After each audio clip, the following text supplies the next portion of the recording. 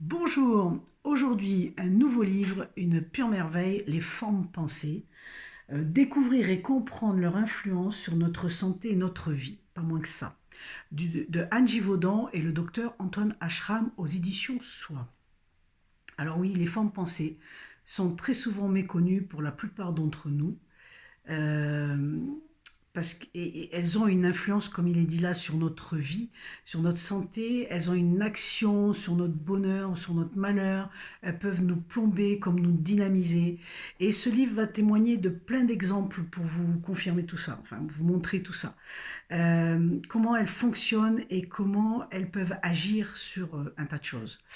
Alors déjà, une forme pensée, Anne Givaudan, elle nous partage là son expérience, mais c'est pas quelque chose qu'elle a, comment dire, c'est une expérience particulière parce qu'elle a découvert ça à travers des voyages hors du corps.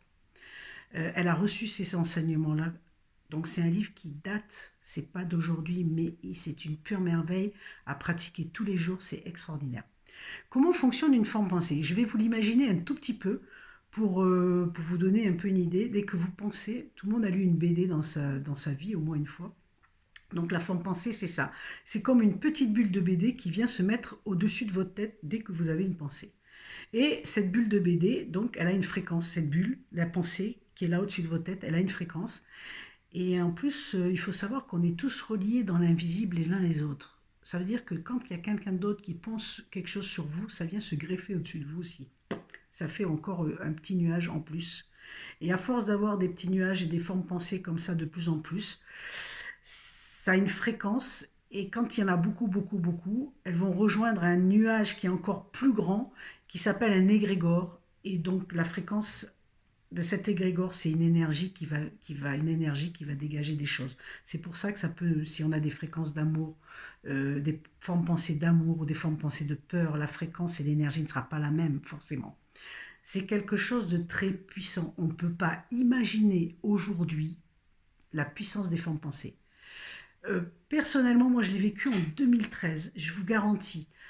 Quand on a quelqu'un était malade et il y a des chamans à travers le monde, des amis et des chamans qui se sont réunis à un moment donné, un jour, une heure, même avec le décalage horaire, on a fait ça.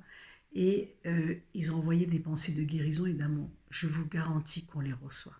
Moi j'étais présente, c'était à Québec, on les reçoit. C'est énorme comment on se sent expansionné, comment on se sent dans une paix extraordinaire et porté, c'est fabuleux.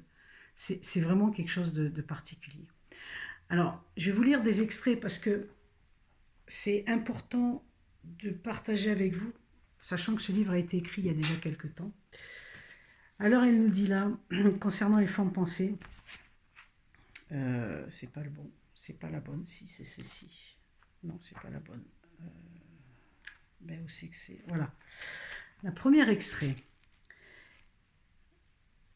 Nous le verrons dans le chapitre concernant les manipulations des formes pensées. Il est temps de nous éveiller à tout ce qui est capable de générer une forme pensée en lien qui nous relie tous, les uns les autres, au-delà de la distance et du temps.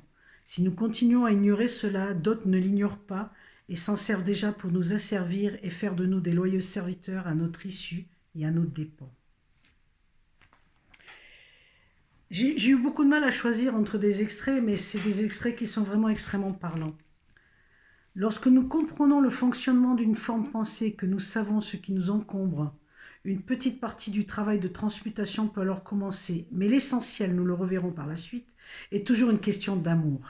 Amour de soi, amour des autres, amour de la vie. Et le petit dernier qui est fabuleux, et j'arrêterai avec là parce qu'il est juste extraordinaire aujourd'hui. On peut signer une pétition, envoyer des mails, participer à une manifestation ou donner quelques sous, mais la guerre a-t-elle cessé au fond de nous? Nos pensées sont-elles plus claires ou plus lumineuses? Ou entretenons-nous, comme d'habitude, comme à l'habitude, nos vieilles rancœurs et nos anciens mécanismes de protection ou de fuite? Avons-nous changé le regard que nous portons sur la vie et qui la rend telle que nous la voyons? Avons-nous décidé de cesser toute collaboration avec l'ombre qui est en nous?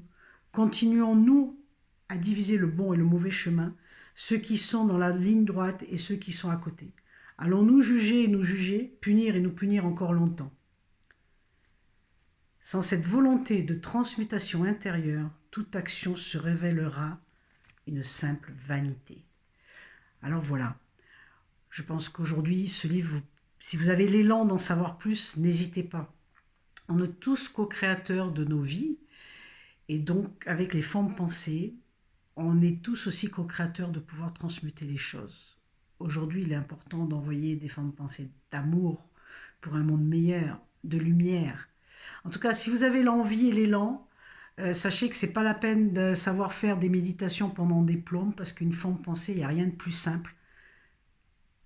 Allez découvrir cela dans ce livre et vous verrez la facilité comme quoi on peut transmuter les choses pour vous, pour les autres, pour un monde meilleur. Alors, c'est ma modeste contribution à tout ce qui se passe aujourd'hui et je trouve que ce livre est toujours d'actualité, c'est une pure merveille. Je vous laisse le découvrir et je vous dis à tout bientôt, bye bye.